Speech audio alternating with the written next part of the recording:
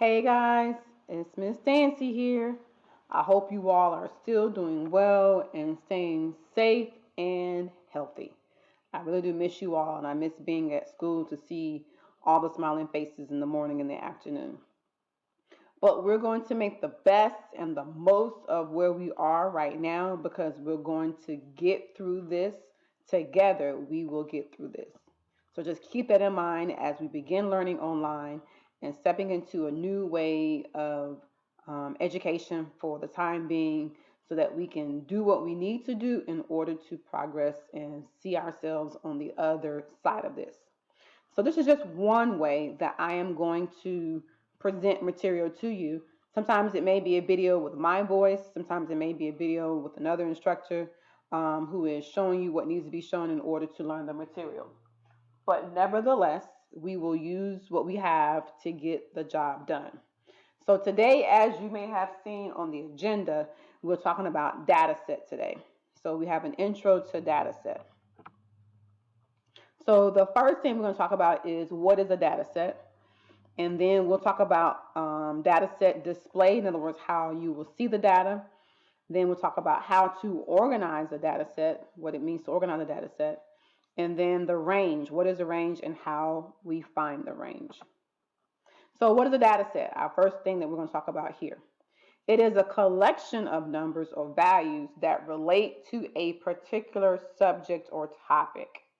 So some examples may be things like grades or the number of students in attendance at a sporting event for that season, or the height of players on a team. Could be a basketball team, football team, whatever the case may be. But data sets represent a set of values that relate to something such as a grades or whatever for a particular subject or topic. Now, a data set display. So we can see data given to us or written in three different ways. We can see it written as a list of numbers that may or may not be in order. We can see it written using a table, and we can also see it written or given to us using brackets. So those are the three typical ways with statistics that you will see data displayed. So I wanted to show you some examples of such. So the first one we have is a list here of 5 numbers. They happen to be in order, but don't always expect them to be in order. So here is 2, 4, 7, 10, and 25. And then over here to our left, we have a table. This is a metabolic rate by gender. So just showing you some numbers that are displayed in a table. And again, they are in order, but it may not always be the case in the data set that you have. And then we have those same numbers, 2, 4, 7, 10, and 25, given to us using brackets. So those are the three ways that you will see data displayed. Now, how do we organize a data set? We organize the numbers in the data set in ascending order, which means least to greatest. Now, you're used to doing this because you've been writing numbers in least to greatest form for the longest, I know. So it seems. But we're going to organize our data in ascending order, least to greatest. So the last thing that we're going to come to as far as a topic is range. What is range? Well, range is the difference between the highest number and the lowest number in a data set. So when we say the word difference, we're talking about subtraction. So what is the difference between the highest number and the lowest number? And this number is used to show the spread of the data and sometimes can be used as a comparison point between similar data sets. So the range is a very, very simple tool that is used to describe data as well as used to compare data sets. So we're going to go through 3 examples. The first one we will do together, and then the last 2 you will pause the video, do the problem, and then unpause the video to come back to get the answer. So you have 2 examples where you do them on your own. So let's start with example 1 we have here. So it says find the range of the data set. So this data set is displayed using brackets, as you see, and this data set represents exam grades. So these are not grades of any particular student. It's just a random set of numbers that I selected to represent exam grades. So now, remember we talked about we have to organize the data set in ascending order. So we're going to organize our numbers from least to greatest. So I've done that already. And whenever you do this, I know it seems kind of trivial to do it right now in the sense of I can quickly identify what the greatest number is, I can quickly identify what the smallest or the least number is and find the range. Yes, I know that. But remember, we are practicing skills that we will implement for sure in later tasks or topics. So even though right now you may say, well, why do I need to organize the data? I can find the highest and lowest number without doing all that. But we want to set you up with habits that you will need to have in place when we get to the next step or the next level. So organize your data from least to greatest. And then we're going to find the difference between the highest and lowest numbers of the data set. So here's our same data set where I've highlighted the lowest and highest number. So we see 60 as our lowest, 100 as our highest. So we simply do the math. So difference means, of course, to subtract. So we're going to take our high number, or our highest number, which is 100, and our lowest number, which is 60, and we subtract them to get 40. So that means the range of this data set is 40.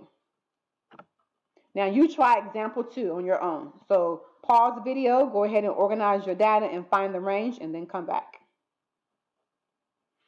All right, so let's see what you have. I know you did it with precision by organizing from least to greatest, ascending order, and you were able to correctly calculate the range. So I'm not going to organize it on the slide, but we can clearly see that the lowest number is 55 and the highest number is 198. So we have on our paper 55 followed by 60 as the next number, and then followed by 85, and then followed by 90, and then we will have 105, 127, 132, 160, and 198 as our list of numbers in ascending order. And whenever you do this, make sure you count the numbers in your data set that you were given to verify that you have the correct same numbers in your list when you reorganize the data from least to greatest. The one thing you don't want to do is reorganize your data and you miss a number, or you have too many numbers that you're putting in your data set or not enough. So always double check your numbers once you organize them to make sure you have the correct numbers that you have in your data set and the correct amount of numbers.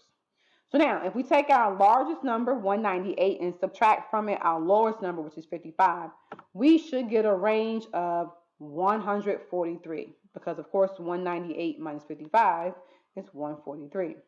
All right, here's a third example. Again, pause the video, try it on your own, and then come back. All right, I know you got this one correct. I'm certain that you did. So let's look at what we have. We have height in inches of football players. So we're going to look at our numbers. They're given to us in no particular order. They're not even in order.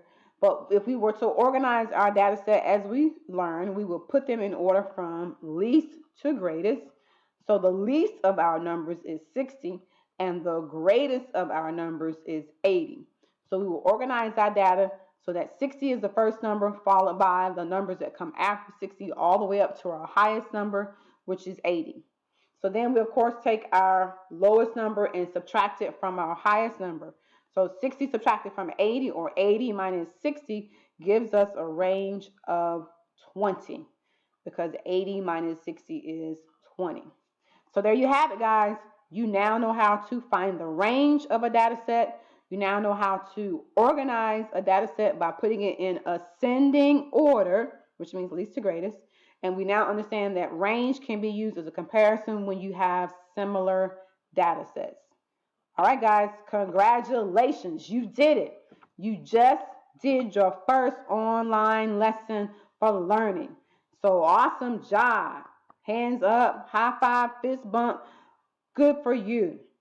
Now, remember, you can always use this Google Slide presentation as a point of review. So if you need to go back and look at something, you can go back and replay the video, pause it where you need to. And you can also use it as a reference for notes. So make sure you understand that even though it is a video presentation, you can always go back and press pause at any point where you need to in order to review the material. Now, take a small break and then go hit that quiz on the agenda for checking your learning to make sure you understand. And then there are some additional activities that you can do. Sometimes it'll be games. I think this time it may be a game or two that you can use to make sure you understand. All right, guys, awesome job for our first online learning lesson. I will see you guys next time. Continue to stay safe and healthy. Have a good day. Bye.